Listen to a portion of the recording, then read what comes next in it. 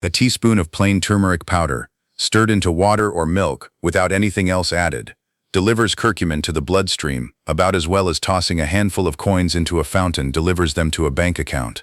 The compound is there. Almost none of it gets absorbed. This single, unglamorous fact about pharmacokinetics is the piece missing from most of the golden milk and turmeric shot content circulating online, and it changes what a year of daily turmeric actually looks like, more than any single health claim made about the spice itself. Curcumin, the yellow pigment compound responsible for both turmeric's color and most of its documented biological activity, runs into two separate obstacles once it reaches the digestive system. The liver processes it rapidly through a reaction called glucuronidation, attaching a water-soluble molecule to curcumin that marks it for elimination, essentially the body treating curcumin the way it treats a foreign substance to be cleared out, rather than a nutrient to be retained. Separately, a class of proteins called efflux transporters actively pump curcumin back out of intestinal cells before it can fully cross into the bloodstream. Between these two mechanisms operating simultaneously, plain curcumin taken alone has some of the poorest bioavailability of any widely discussed dietary compound, a fact that has been documented in the pharmacology literature for decades, and that most turmeric marketing simply does not mention. Piperine, the compound responsible for black pepper's sharp bite, interrupts both of these processes.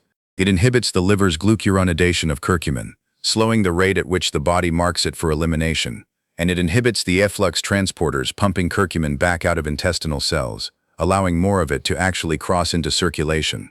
The combined effect, measured directly in a human trial, was an increase in curcumin bioavailability of roughly 2,000%.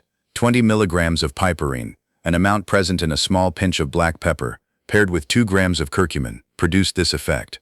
This is not a marginal optimization. It is close to the difference between a supplement or spice doing essentially nothing measurable and one doing something a body can actually use. Turmeric's medicinal use predates the modern discovery of curcumin and piperine's interaction by well over 1,000 years. Ayurvedic medicine in India has used turmeric for a wide range of conditions since antiquity, and the traditional practice of combining turmeric with black pepper in dishes across South Asian cooking generally, rather than as a deliberate biohack, existed for centuries before any laboratory identified the specific mechanism explaining why the pairing worked better than turmeric alone. Golden milk itself, haldi doodh, is a genuinely traditional preparation, turmeric simmered in warm milk, often with black pepper and a fat source like ghee included as a matter of ordinary recipe, rather than supplement science. The Western wellness trend that popularized golden milk over the past decade rediscovered, rather than invented, a preparation that already contained the bioavailability solution modern pharmacology would later explain, though the trend version frequently drops the black pepper specifically, stripping out the one ingredient doing the most mechanistic work, while keeping the aesthetically pleasing yellow color and the marketing term. This changes what daily turmeric for a year means in practice, because two meaningfully different practices get discussed under the same heading. A person adding turmeric powder to a curry, a stew, or a golden milk latte, without any black pepper, is consuming a spice with genuine flavor and some fat-soluble compounds worth having. But very little of the curcumin most of the health claims are actually about. A person adding even a small pinch of black pepper alongside the turmeric, or a small amount of fat, since curcumin is fat-soluble, and absorbs somewhat better in the presence of dietary fat as well, is engaging in a fundamentally different intervention, one with a plausible mechanism for the curcumin to actually reach tissue throughout the body, rather than being cleared before it gets the chance. Not all turmeric powder contains the same amount of curcumin to begin with, a detail that sits upstream of the entire bioavailability conversation and rarely gets mentioned alongside it.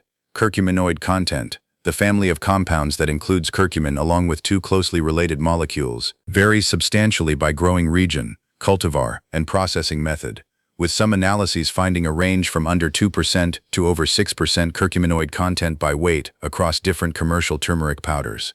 A jar of turmeric from a low curcuminoid batch, even prepared correctly with black pepper and fat, is starting from a meaningfully lower baseline than a jar from a high curcuminoid source, and the retail packaging on most ordinary grocery store turmeric provides no way to know which one a shopper is actually buying. Turmeric grown in specific regions of India, Alapi turmeric from Kerala, among the more commonly cited examples in the supplement and spice trade, has developed a reputation for higher curcuminoid content, though verifying this claim on any specific jar without lab testing remains genuinely difficult for an ordinary consumer. Assuming the black pepper pairing, Here is what a year of this actually involves, month by month, based on where the clinical research timelines for curcumin's various studied effects tend to cluster. The first several weeks produce nothing perceptible. Curcumin's half-life in the bloodstream, even with piperine improving absorption, remains relatively short, meaning daily consistency matters more than any single dose, and the compound's anti-inflammatory signaling effects operate at a cellular level that does not translate into a subjective feeling of difference in the early going. Blood markers, if someone were tracking them, would be the only way to detect anything happening this early, and even those typically require more than a few weeks of consistent intake to move. Roughly 2 to 3 months. The timeline where several curcumin trials for joint-related outcomes have found measurable effects. Some people report a modest reduction in joint stiffness, particularly notable first thing in the morning, alongside research showing reductions in inflammatory markers like C-reactive protein in some study populations. This lines up with the broader pattern seen across other anti-inflammatory dietary interventions discussed elsewhere in this kind of research, a cumulative effect building over roughly a season, rather than a dramatic single-dose response. Curcumin's research base extends into territory well beyond joint inflammation, though the strength of evidence varies considerably by category and deserves to be stated with the appropriate caveats attached to each. Digestive comfort, particularly related to mild bloating and general gut discomfort, has shown some positive signal in smaller trials, plausibly connected to curcumin's anti-inflammatory action within the gut lining itself.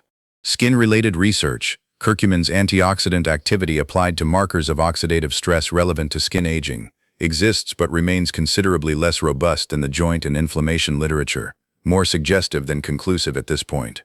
Cognitive and mood-related research represents the most preliminary category on this list.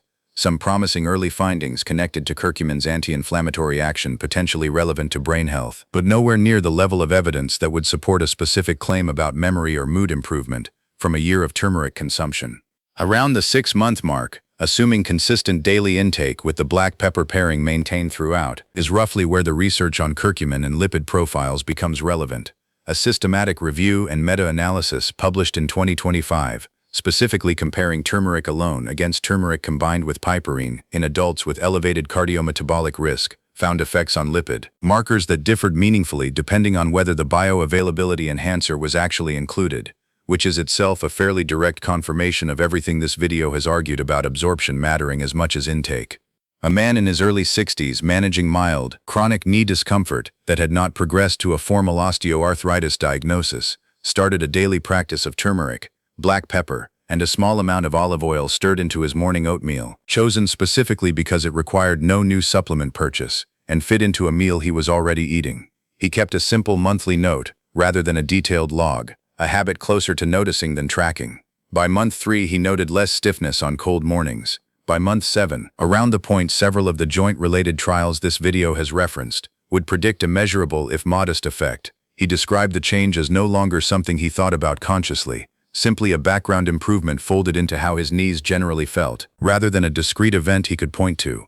He did not stop the olive oil or the general dietary pattern that had accompanied the turmeric habit throughout, which makes his experience, like most real accounts of dietary change, impossible to attribute cleanly to any single ingredient, and worth stating as exactly that, rather than dressed up as a controlled result.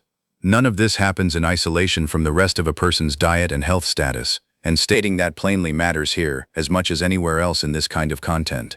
Curcumin research participants are eating turmeric alongside everything else in their normal diet, not in a vacuum, and the effect sizes documented in these trials are modest, incremental shifts layered onto whatever baseline health status and broader dietary pattern a person already has, not a transformation that operates independently of everything else going on in a body over the course of a year. The caveats here are specific enough to name directly rather than gesture at vaguely. Curcumin has real blood-thinning properties, and combined with its improved absorption through piperine, this becomes more relevant, not less, for anyone on prescribed anticoagulant medication, who should discuss regular turmeric and black pepper intake with whoever manages that prescription the same way they would discuss a supplement. High-dose curcumin, particularly in concentrated supplement form rather than culinary quantities, has been associated in rare cases with liver-related concerns, making this a reasonable topic to mention at a routine physical for anyone taking a concentrated curcumin supplement, rather than simply cooking with the spice. And turmeric's oxalate content is worth noting for anyone with a history of kidney stones, a caveat that recurs across enough entries in this kind of nutrition research that it is worth recognizing as a genuine pattern, rather than a coincidence specific to any single food. A year of daily turmeric, prepared with attention to the black pepper pairing that the bioavailability research actually supports, is not a dramatic transformation story. It is closer to a slow, cumulative nudge toward lower baseline inflammation, building over a timeline measured in months rather than days, riding on top of whatever else a person's diet and health status already provide. The version of this story told without any mention of piperine, curcumin's actual absorption problem, or the specific timeline the research supports is not describing the same intervention at all. It is describing a spice added to food with hope attached to it, which is a considerably less interesting, and considerably less accurate, story than the one the actual pharmacology tells.